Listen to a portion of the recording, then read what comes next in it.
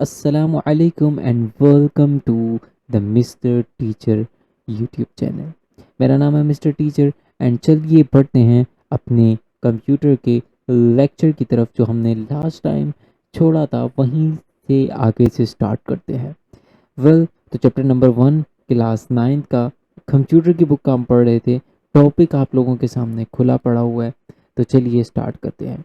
तो लास्ट में हमने पढ़ा था कि कंप्यूटर क्या होता है। अगर आप में से किसी ने ये चीज़ यानी ये वीडियो नहीं देखी तो काइंडली सबसे पहले आप जाके उस वीडियो को वॉच करें। मैं डिस्क्रिप्शन में उसका लिंक भी डाल दूंगा और काइंडली इसको वॉच करें, सपोर्ट करें और बताएं कि अगर आपको कोई चीज़ समझ आती है। और अगर कोई चीज़ समझ भी नहीं आती आप सवाल कर सकते हैं। You can also you have a option like that, right. तो अब हम स्टार्ट करते हैं अपना लेक्चर। तो बेसिकली आज का जो हमारा लेक्चर, आज हमारा ज़्यादा टाइम जो है ना पढ़ने में जाएगा। पहली वीडियो थी उसके अंदर टाइम लग गया इतना, बट इसमें थोड़ा सा टाइम पढ़ने में ही जाएगा। वेल तो बात यह है कि 1.1 हम टॉपिक स्टार्ट करने वाले हैं और 1.1 टॉपिक की जो बेसिकली मेन पर्पस है, यानी कि ये टॉपिक जो है हिस्ट्री ऑफ कंप्यूटर सिस्टम्स के ऊपर है और जनरेशन ऑफ कंप्यूटर के ऊपर मबनी है। तो हम इसको रीड आउट करना स्टार्ट करते हैं और साथ साथ के अंदर इसमें जो जो डिफ़िकल्ट चीज़ें या डिफ़िकल्ट वर्ड आता है हम उसको भी कवर करते जाएंगे। मेरे साथ में थोड़ा सा इसको जूम इन भी कर दिया ताकि आप लोगों को ईजीली और सही से समझ आ सके। तो स्टार्ट करते हैं। कहता है कि computer is a programmable electronic device that performs arithmetic and logical operations automatically using a set of instructions provided by the user. When we study the aspects of computing and computers, it is important to know about the history of computer। कहते हैं कि computer एक ऐसा programmable electronic device. यहाँ पर देखो, जब भी हम बचपन में कंप्यूटर की डेफिनेशन पढ़ते थे उसको ये पढ़ते थे कंप्यूटर एक इलेक्ट्रॉनिक डिवाइस है। ठीक है, क्या है? एक इलेक्ट्रॉनिक डिवाइस है। तो आज भी मैं आपको बता रहा हूँ कि कंप्यूटर ना एक इलेक्ट्रॉनिक डिवाइस है। देखो कंप्यूटर के अंदर जो high level low level language इस्तेमाल होती है, यानी कि जो कंप्यूटर की अपनी लैंग्वेज है जिसको हम मशीन लैंग्वेज या बाइनरी लैंग्वेज कोड भी आप पढ़ते होंगे, ठीक है, और जिसको लो लेवल लैंग्वेज भी कहते हैं। तो उसके अंदर हमेशा हमेशा आप लोगों ने पढ़ा होगा कि दो चीज़ें होती हैं कंप्यूटर की लैंग्वेज। दो दो चीज़ें उसके अंदर, यानी कि उसकी बेस 2 होती है बाइनरी लैंग्वेज की। ठीक है, एक होती है 1 और दूसरी होती है 0। इस वजह से उसकी बेस हम पढ़ते हैं कि इसकी बेस क्या है, इसकी बेस 2 है। तो बेसिकली क्या होता है कि 1 for on and 0 for of, यानी कंप्यूटर का पूरा सिस्टम इलेक्ट्रिसिटी पे चलता है, यानी ऑन के ऊपर और ऑफ के ऊपर, यानी किस पे? ऑन पे और ऑफ पे। ये जो चीज़ें मैं साथ साथ आप लोगों को बता रहा हूँ ना, अपने अपने साथ जो है ना एक जो बेसिकली पेन पेंसिल रखनी है, साथ साथ जो मैं टॉपिक्स के बारे में चीज़ें बताऊंगा उसको साथ में नोट भी करना है। एक सेकंड में जस्ट अपना माइक एडजस्ट कर लूँ। I am just feeling very uncomfortable. ठीक है, wait a second guys, wait a second बस। ओके, ऑलराइट, थोड़ा सा माइक को मैं एडजस्ट कर लूँ तो ओके। तो बेसिकली क्या होता है कि कंप्यूटर की लैंग्वेज जो होती है वो क्या होती है? बाइनरी लैंग्वेज, यानी कि 0 और 1 कंप्यूटर की लैंग्वेज है। ठीक है, तो कहते हैं कि कंप्यूटर एक प्रोग्राम एबल इलेक्ट्रॉनिक डिवाइस है जो कि परफॉर्म करता है अर्थमेटिक और लॉजिकल ऑपरेशंस। अर्थमेटिक ऑपरेशंस कैसे होते हैं और लॉजिकल ऑपरेशंस कैसे होते हैं ये भी मैं आपको बताता चलूँ। अर्थमेटिक ऑपरेशन यानी प्लस माइनस मल्टीप्लाई डिवाइड वाले जितने भी ऑपरेशंस होते हैं, ठीक है, उसको हम कहते हैं अर्थमेटिक ऑपरेशंस। में यहाँ पर आपको साथ साथ में बताता भी जाता हूँ कि क्या होता है अर्थमेटिक। अब अर्थमेटिक ऑपरेशंस क्या होते हैं, ठीक है, लॉजिकल ऑपरेशंस क्या होते हैं ये भी मैं आप लोगों को साथ साथ बताता चलूँ। ठीक है, देख लो यहाँ पर क्या है कि यानी प्लस माइनस मल्टीप्लाई डिवाइड, ये जितने सारे ऑपरेशंस होते हैं ना इसको हम बोलते हैं अर्थमेटिक ऑपरेशंस। क्या बोलते हैं? Arithmetic operations. अभी मेरे पास कोई वो मैं लाइट पेन वगैरह नहीं लाया, नहीं तो मैं आप लोगों को लिख के बताता प्रॉपर, उसमें ज़्यादा अच्छा समझ आता है। लेकिन इंशाल्लाह वीडियोस अपलोड होने के साथ साथ हम क्वालिटी को बेहतर करेंगे, चीज़ों को देखेंगे ताकि आप लोगों को ज़्यादा से ज़्यादा बेहतरीन तरीके से समझा सके।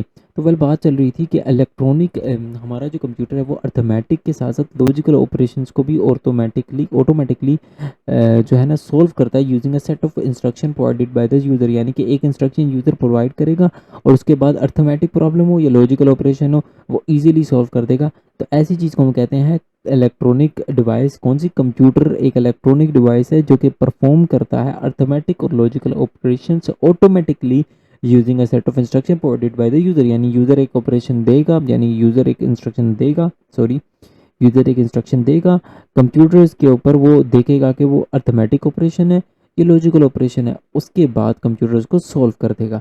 When we study the aspect of computing and computers it is important to know about the history of computer. कहते हैं जब भी हम कंप्यूटर के एस्पेक्ट्स को पढ़ते हैं, यानी कंप्यूटर की चीज़ों को पढ़ते हैं, कंप्यूटिंग को पढ़ती है, ठीक है, कंप्यूटर कंप्यूटिंग को हम पढ़ते हैं, तो हमारे लिए सबसे ज़्यादा ज़रूरी होना चाहिए कि हमें पता होना चाहिए कंप्यूटर की हिस्ट्री क्या है। अब हम बहुत सारे लोग सोचते ये होंगे कि यार कंप्यूटर के अंदर बार बार ये चीज़ें क्यों डाल देते हैं, ठीक है, क्यों डाल देते हैं, यहाँ बैकस, ये नेपियर बोन, ये पैस्कल, ये मैं भी पढ़ चुका, इवन दो मेरी क्लास में भी ये आ चुका है। I I even studied this all material. लेकिन यार ये चीज़ें हैं ना जो हमारी, यानी कि जिस तरह तुम्हारे बाप का नाम तुम्हारे पीछे से, तुम्हारे नाम के आगे से नहीं हट सकता ना, चाहे तुम दादा बन जाओ, चाहे तुम उसका दादा बन जाओ, या तुम उसके दादा बन जाओ, तो ये भी इसी तरह है। कंप्यूटर की बेस इनसे है, बेसिकली कंप्यूटर की जो बेस होती है वो यहीं से है। अगर तुम बेस ही हटा दोगे तो फिर क्या होगा? फिर तो समझो कि कंप्यूटर की तो बेस हटेगी, तो फिर तो कंप्यूटर, समझो कि कंप्यूटर अपने पुराने आबाओ अजदाद के साथ तो ज़्यादती कर रहा है ना, तो हमें ज़्यादती नहीं करनी। हम टॉपिक में मौजूद है इसलिए नहीं पढ़ा रहे, हम इसलिए पढ़ा रहे हैं क्योंकि हक अदा करना है हमने। खैर आगे बढ़ते हैं। कहते हैं कि एक अर्ली कंप्यूटिंग डिवाइस के अंदर डिवाइसेस, सबसे पहला है कि humans and sticks, human use sticks, leaves, stones and bones as computing as counting tools before computers were invented. आप लोगों को पता ही होगा कि मोस्टली टीचर भी ना आजकल क्या करते हैं कि मतलब ड्रामास वगैरह में, अगर आप कोरियन सीरीज़ देखते हैं या फिर आप कोई भी सीरीज़ देखते हैं, उसमें जब भी बच्चों को पढ़ाया जाता है तो उसके अंदर आजकल तो वो मैग्नेटिक प्लास्टिक के अल्फ़ाबेट्स आ गए हैं, उसके साथ मैग्नेटिक प्लास्टिक के कलरफुल चीज़ें आ गई हैं, वो फिर रख के टीचर्स पढ़ाते हैं। बेसिकली क्या होता है कि पहले पहले ज़माने में जब कंप्यूटर नहीं था, तो वो स्टिक्स से, लीव्स यानी पत्तों से, स्टोन्स यानी पत्थरों से, बोन्स यानी हड्डियों से, इन सारी चीज़ों के ज़रिए से वो काउंटिंग टूल्स बनाया करते थे, यानी काउंटिंग किया करते थे। जब भी उन्होंने जमा करना, तकसीम करना, यानी जो भी कुछ करना होता था वो उस टाइम पर इन सारी चीज़ों से किया करते थे। More computing device were produce as technology advance and the human intelligence improved over time. जैसे जैसे इंसान की जो जहानत है, यानी जो इंटेलिजेंस है, वो इम्प्रूव होती गई, वैसे वैसे बहुत सारी कंप्यूटिंग डिवाइस, बहुत सारी टेक्नोलॉजी हमारे पास आती गई। और आज का टाइम देखें और आप पहले का टाइम देखें, मतलब पिछले लेक्चर में मैंने आपको एक बात बताई थी कि अगर हमारे बाउजदाद, उनके अब अजदाद उठ के इस बार आ जाएँ, यानी कि उठ के आएँ और यहाँ पर आके आज की टेक्नोलॉजी देखें कि भाई इंसान तो नज़र आ रहा है, वो इंसान नज़र आ रहा है मुझे। इंसान कहाँ बैठा है? यूके में, इंसान बैठा है फ्रांस में, इंसान बैठा है कैलिफोर्निया में, इंसान बैठा है अमेरिका में, उसकी शक्ल नज़र आ रही है। वो कहेंगे भाई ये तो कोई भूत बंगले वाली चीज़ है, ये तो कोई रियलिटी नहीं है। तो बिल्कुल मैं आपको रियलिटी की बात कर रहा हूँ कि अगर वो उठेंगे तो वो यही देख के वापस मर जाएंगे कि भाई ये क्या चीज़ है, ये तो कुछ नई चीज़ है, तो जादू है भाई, काला जादू कर रहे हैं। खैर, तो जिस जिस तरह हम एडवांस में आते गए हैं उस तरह चीज़ें कन्वर्ट होती गई हैं, टेक्नोलॉजी ने जोर पकड़ा ब्रो। सिंपल सी बात है। अब आप देखो चाइना टेक्नोलॉजी में कितना आगे है, ठीक है। अब आपको वो पता है कि जब अमेरिका ने, यानी यूएस ने चाइना को अपनी चिप्स देना बंद कर दी थी। वहाँ पर एक कंपनी है जो बेसिकली चिप्स सप्लाई करती थी, तो वो उन्होंने को चिप्स देना बंद कर दी। अब चाइना को उन्होंने फंसा दिया। चाइना की एक हवावे कंपनी है, ठीक है, तो उसने क्या किया, इसके ऊपर आप लोगों ने मुझे बताना है, मैं आप लोगों को एक डिटेल नोट वीडियो बना के दूंगा, ठीक है। बल्कि मैं कुछ ही दिनों में, मुझे आप लोगों की कोई दाद ज़रूर दें, लेकिन इन्फॉर्मेशन है इंशाल्लाह कुछ इसके बाद या उसके बाद कोई कोई ना कोई वीडियो के अंदर मैं एक पूरी स्टोरी आपको बताऊंगा कि हुआ क्या था। तो मैं शॉर्ट शॉर्ट अगर बताना चाहूँ वो यही बताऊंगा कि उन्होंने अमेरिका ने चाइना को ये चीज़ें सप्लाई करना बंद कर दी चिप्स में, क्योंकि अमेरिका चाइना बहुत ज़्यादा आगे जा रहा था, चाइना को अमेरिका को चिढ़ पड़ रही थी। तो फिर क्या हुआ, चाइना की कंपनी है हवावे, हवावे ने कहा कि वाई नॉट वी, अगर ये बना सकते तो हम क्यों नहीं। तो उन्होंने उससे अच्छा और उससे बेहतरीन चिपसेट बनाया जो कि बहुत ज़बरदस्त है, चाइनाज हवावे चिपसेट। अगर मैं आपको बताऊँ, रुको आप लोगों को सर्च करके बताता हूँ। जो हवावे का हमारे पास चिपसेट है, this is Huawei, Huawei new chipset versus Nvidia, Nvidia का था, सॉरी, एनवीडिया का चिपसेट ट्राई मारते हैं, see what's the difference between it. यानी कि अब आप लोगों ने इन्फॉर्मेशन देखे 10 मिनट बढ़ गए हैं इस वीडियो के, आप लोग तो उधर देख रहे होंगे, मेरे पास भी टाइम शो हो रहा है और हम बहुत अच्छी तरह से जा रहे हैं। पहली वीडियो थोड़ी सी उसमें हो गया था ब्लेंडर, कोई बात नहीं। कह रहा है कि Huawei newest AI chips the Ascend 910C and 950 series do not match NVIDIA's flagship Blackwell B200/B300 GPU in raw per chip performance और एनर्जी एफिशिएंसी, यानी कि उस तरह से नहीं बन रहा, बट ये एक बेहतरीन चीज़ है, एक अच्छी चीज़ है। मैं मतलब आपको बताना चाह रहा हूँ, कुछ ना होने से कुछ होना बेहतर है, एटलीस्ट वो किसी के ऊपर डिपेंड नहीं करते। हर टॉपिक में आगे बढ़ा जाए। आगे कहता है कि टाइम चेंज हुआ, इंसानों ने अपने आप को तब्दील किया, टेक्नोलॉजी ने जोर पकड़ा और हम आगे बढ़ गए। A fewer early age computing devices are discussed, कुछ डिवाइसेस हमने डिस्कस किए नेक्स्ट पेज के ऊपर। सबसे पहले तो शेप्स यहाँ पर आप देख लीजिए, इनकी शेप्स देखें। नेक्स्ट में हम जो है ना इसको पढ़ते हैं, ठीक है। तो सबसे पहले आ जाता है अबैकस। अबैकस क्या होता है? अबैकस एक एंशिएंट टूल है जिसके ऊपर बीड्स और रोड्स होते हैं। इसके ऊपर मैं आपको दिखाता हूँ कि अबैकस किधर है, ठीक है। अबैकस हमारे पास यहाँ पर सबसे पहले आप लोगों को अबैकस नज़र आ रहा है, ये चीज़ अबैकस है। इसके ऊपर जो ये बीड्स नज़र आ रहे हैं इसको बोलते हैं बीड्स, ठीक है। और ये जो आप लोगों को पतला पतली सी चीज़ नज़र आ रही है ये रोड्स, ठीक है। मैं एक दफ़ा आप लोगों को अबैकस दिखा भी देता हूँ, अबैकस दिखता कैसे है, ठीक है। अबैकस ओके, यहाँ पर इमेजेस में चले जाते हैं, अबैकस देख लेते हैं, ठीक है। इस तरह का होता है अबैकस, ठीक है। ये इसकी बीड्स होती हैं, ये होते हैं इस पे लगे हुए रोड्स। इसको भी समझ लें एक तरह का अबैकस है, आजकल ये बच्चे इसके ऊपर खेलते हैं। ये भी एक तरह का अबैकस है, इसके ऊपर ये बीड्स होगी, ठीक है। बीड्स यानी दाने होते हैं ना, बीड्स कहते हैं। और ये हो गया हमारा, ठीक है। तो यही बात कर रहा है, कहता है कि एक एंशिएंट टूल था, बीड्स और रोड्स, रोड्स के ऊपर बीड्स होती थी अर्थमेटिक के लिए, यानी अर्थमेटिक ऑपरेशन जितने भी होते थे, प्लस माइनस मल्टीप्लाई डिवाइड वगैरह, इनके लिए काम आता था। और cultures use across different cultures for centuries, यानी सदियों से ये डिफरेंट कल्चर्स के ज़ेर इस्तेमाल था, ठीक है। सेकंड चीज़ के ऊपर आती है नेपियर बोन। नेपियर बोन की बात करें तो नेपियर बोन इन्वेंट किया था जॉन नेपियर ने। एक ऐसी डिवाइस थी जो कि नंबर स्ट्रिप्स की मदद से जो है ना मल्टीप्लिकेशन और डिविजन्स, और इसी के अंदर अंदर उन्होंने इंट्रोड्यूस किया था decimal number point system. Decimal point system के बारे में आप लोगों को अगर नहीं पता तो कोई मसला नहीं, इंशाल्लाह आप लोगों को आगे इन टॉपिक्स में ज़्यादा से ज़्यादा चीज़ों को क्लियर करवाएंगे, ठीक है। तो कहता है कि जॉन नेपियर ने इसको इन्वेंट किया, ठीक है। ये एक ऐसा टूल है जो कि बेसिकली जिनके ऊपर नंबर्स होते हैं स्ट्रिप्स के ऊपर। मैं आपको नेपियर बोन भी निकाल के दिखाता हूँ। What is Napier bone? Actually Napier bone कैसा होता है?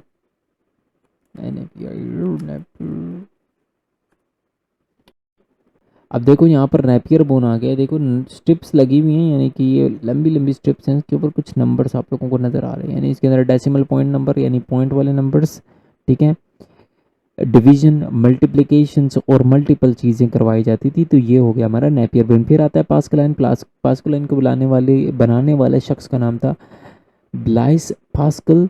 मैकेनिकल कैलकुलेटर बनाता है 1642 में, जो कि गेयर्स और व्हील्स का इस्तेमाल करते हैं, एक वुडन बॉक्स के फ्रेम के अंदर होते हैं ताकि वो परफॉर्म कर सके बेसिक अर्थमेटिक ऑटोमेटिकली, ठीक है। तो इसको भी मैं आप लोगों को एक दफ़ा दिखाता चलता हूँ कि जो पास्कलाइन होती है वो कैसी दिखती है, ठीक है। इतना टाइम नहीं है, बरल पास्कलाइन भी मैं आप लोगों को दिखाता चलता हूँ। पास्कलाइन कैलकुलेटर ही होता है, बट मैं सिंपल खोलना चाह रहा हूँ ताकि एक्चुअल पिक्चर आ जाए। तो यहाँ पर ना इसकी वर्किंग में आप लोगों को थोड़ी बहुत समझाता हूँ। यहाँ पर ये 9 बार चलती है, जैसे ही 10 आता है, यानी इधर भी यानी 1 करोगे तो 1, 2 करोगे तो 2 पॉइंट आएगा, इधर 3 करोगे तो 3 पॉइंट। जैसे ही ये 9 पे जाती है या 9 से आगे जाती है तो फिर यहाँ 0 हो जाता है और यहाँ पर 1 चला जाता है, यानी 10 हो गया। इसी तरह करते करते करते यहाँ पर और फिर आप अर्थमेटिक ऑपरेशंस वगैरह सारे इसके ऊपर कर सकते। अभी तो मतलब यूजेबल नहीं है, पुरानी चीज़ें हैं, बट इनका कॉन्सेप्ट से आगे नई चीज़ें बनती है। स्टेपनोगनर था जिसको विलियम लेबनिज ने बनाया था, एक डिजिटल मैकेनिकल कैलकुलेटर था, 1673 के अंदर बनाया गया था, एक grooved wheel for advance calculation. जल्दी जल्दी अगर मैं आपको स्टेप रोकनर भी दिखाता चलूँ, ठीक है, वो भी आप लोगों को क्लियर हो जाएगा। तो यहाँ पर ये व्हील्स होते थे, इन व्हील्स के ज़रिए से कुछ कैलकुलेशन की जाती थी, ठीक है। इनकी प्रॉपर फंक्शनिंग के लिए आप लोगों के पास मल्टीपल वीडियोस आ जाती हैं। अगर आप लोगों को फंक्शनिंग देखनी है, फंक्शन सीखनी है, तो आप लोग यहाँ से इनको देख सकते हैं। ये वीडियोस यहाँ पर मैं दिखा रहा हूँ, अगर मुझे याद रहा तो मैं इसको डिस्क्रिप्शन में भी मेंशन कर दूंगा, आप लोग इसको और डिटेल में पढ़ सकते हैं। और अगर मुझसे समझना है तो कमेंट डाउन किए ताकि मैं आप लोगों को बता सकूं। वीडियो को जो है 15 मिनट गुजर गए हैं, ठीक है। और मैं कोशिश कर रहा हूँ कि ये सारा आज कंप्लीट हो जाए ताकि हम नेक्स्ट टॉपिक्स के अंदर जनरेशंस पढ़ें। तो इसके साथ साथ हम आगे देखें डिफरेंस इंजन, इसको भी चार्ल्स बेबेज ने बनाया था। इसको चार्ल्स बेबेज बनाया, एक स्टीम पावर्ड मशीन थी, 1890s के अंदर बनाई गई थी, ठीक है। स्टीम पावर्ड का मतलब आप लोगों को पता होना चाहिए, यानी स्टीम पावर्ड जो होती है बेसिकली, आप लोगों को दिखाता हूँ। Steam, steam, P O W, oh sorry guys, कभी कभी ऐसा हो जाता है। एस एंड देन गो, देखो स्टीम पावर्ड मशीन होती है इस तरह की, यानी जो आप लोगों की ट्रेन वगैरह होती है ना, इसको स्टीम पावर्ड यानी धुआं शुआं निकल के चलता है। तो इस तरह की किसने मशीन बना दी थी 1820s के अंदर। न्यूमेरिकल प्रॉब्लम्स वगैरह मैकेनिकली सॉल्व करती थी। डीप हिस्ट्री की जाके आप सर्च कर सकते हैं, ठीक है। डिफरेंस इंजन कैसा दिखता है मैं आप लोगों को यहाँ पर भी दिखा देता हूँ। डिफरेंस ENGINE, ठीक है। आप लोग ये देख रहे होंगे मेरी टाइपिंग स्पीड बढ़ जाए, तो भाई मेहनत रात जाग जाग के मेहनत किती। वेल, तो यहाँ पर हमारे पास आप लोगों को नज़र आ जाएगा डिफरेंस इंजन कुछ इस तरह का दिखता था। ये प्रॉपर काम करने वाला धुआं छुआं निकाल के काम करता था, बड़ी अच्छी चीज़ थी उस टाइम की, I don't know but still हो। ओके, वेल एनालिटिकल इंजन आ जाता है जिसको बैबेज ने दोबारा से डिज़ाइन इम्प्रूव किया था अपना 1820s के में जो आया था, यानी 10 साल बाद उसको याद आया कि भाई पुराना हो चुका है, एनू एनू असली ना थोड़ा जो इम्प्रूव करिए। तो वो इम्प्रूव किया 1830s के अंदर। एक और अपनी नई डेवलपमेंट दिखाई, एक इम्प्रूवमेंट दिखाई जिदे एक ऐसी मशीन बना के ਦਿੱਤੀ ਸਾਨੂੰ जिसने which general purpose computations data store भी होना सी ਉਹਦੇ ਵਿੱਚ, और ਉਹਦੇ ਵਿੱਚ पंच कार्ड भी होना सी इनपुट वास्ते। वेल इनपुट क्या होते हैं मैं आप लोगों को दिखाता हूँ, पंच कार्ड क्या होते हैं। बहुत सारे स्टूडेंट्स मुझसे पूछते हैं कि भाई ये पंच कार्ड होते क्या हैं, मेरे प्रैक्टिकल फिजिकल स्टूडेंट्स यार। ਇਹਦਾ ਇਹਦਾ ਕਰਕੇ ਕੋਈ ਚੀਜ਼ ਹੋਣੀ ਹੈ, ਇਹਦੇ ਚੋਂ ਇਨਪੁਟ ਵੀ ਜਾਣਾ ਹੈ, ਇਹਦੇ ਚ ਆਊਟਪੁੱਟ ਵੀ ਆਣਾ ਹੈ। ਇਹਦੀ ਸਾਰੀ वर्किंग ਤੁਸੀਂ जाके देख सकते हो, लेकिन फिर भी ਇਹਦਾ दिखाने वास्ते कि बस इस तरह करके मशीन में लगी होती है, आपके पास कीबोर्ड टाइप चीज़ होती है, उससे आप लोगों को जो है ना इसमें टाइप करते हैं, इसमें लिखा जाता है, एंड देन फिर इसको रीड करने के लिए भी कंप्यूटर का इस्तेमाल हुआ होता है। तो बेसिकली ये इस तरह की चीज़ होती है। इसी के ऊपर इनपुट, इसके ऊपर आउटपुट आई थी। First generation second generation computers के अंदर भी यही इस्तेमाल किया गया था। थर्ड जनरेशन में मॉनिटर कीबोर्ड आ चुके थे, ठीक है। फोर्थ जनरेशन में माइक्रो प्रोसेसर आया था, और फिफ्थ जनरेशन आप लोगों के सामने यही चल रही है। फिर आता है टैबुलेटिंग मशीन, इसको हरमन होल्डर्ट ने बनाया था 1890s के अंदर। ये भी punch card based mechanical calculator था, वो स्टैटिस्टिक्स वगैरह को सॉल्व करता था।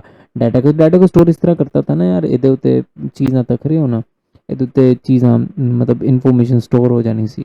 तो इस वास्ते ये जड़ी ना इंपॉर्टेंट उस टाइम ते बड़ी इंपॉर्टेंट चीज़ थी, तां ये फर्स्ट जनरेशन सेकंड जनरेशन च ना बड़ी यूज़ हुई, ठीक है। तो फर्स्ट सेकंड जनरेशन में वो बढ़िया यूज़ हुए हैं।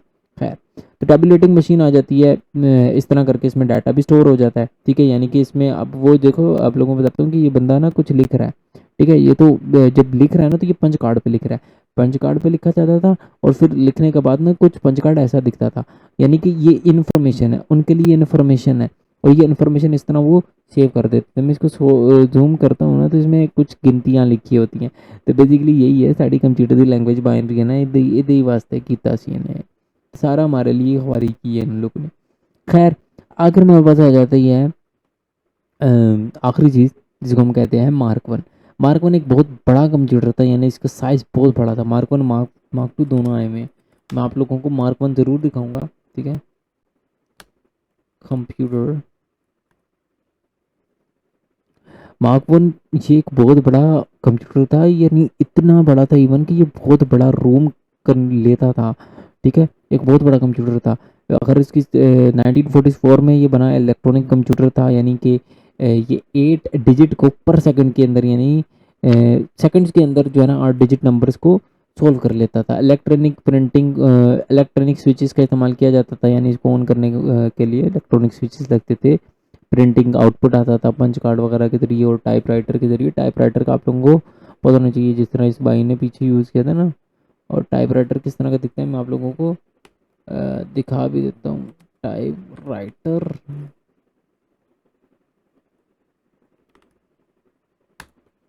आप लोगों को दिखा भी देता हूँ कि टाइपराइटर ऐसा होता है। टाइपराइटर आप लोगों ने देखा होगा कहीं ना कहीं, किसी मूवी में, किसी चीज़ में।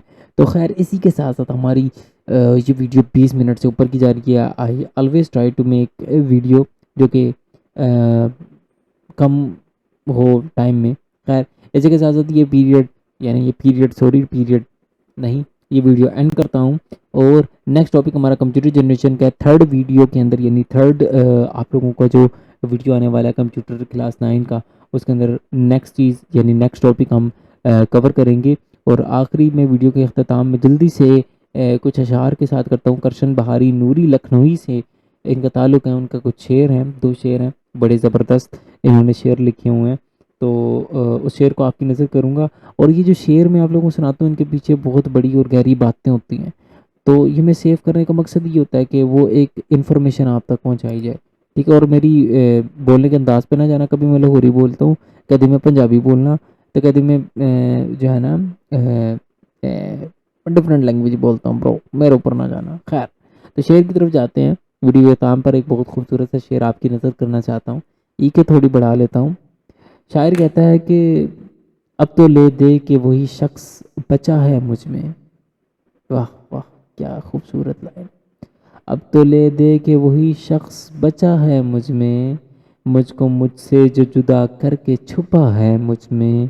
अब तो बस जान ही देने की है बारी ए नूर, मैं कहाँ तक करूँ साबित के वफा है मुझ में। क्या बात, नूर साहब ने बहुत खूबसूरत चीज़ लिखी है। कहते हैं कि अब तो ले दे के वही शख्स बचा है मुझ में, मुझको मुझसे जो जुदा करके छुपा है मुझ में। अब तो बस जान ही देने की है बारी ये नूर, मैं कहाँ तक करूँ साबित के वफा है मुझ में। यानी कब तक साबित करेगा यार, कब तक ही साबित करेंगे हम, कब तक साबित करेंगे वफा। किताबों के साथ करो भाई वफा साबित। खैर, इसके साथ साथ अपने टीचर को दें इजाज़त। अल्लाह हाफिज़।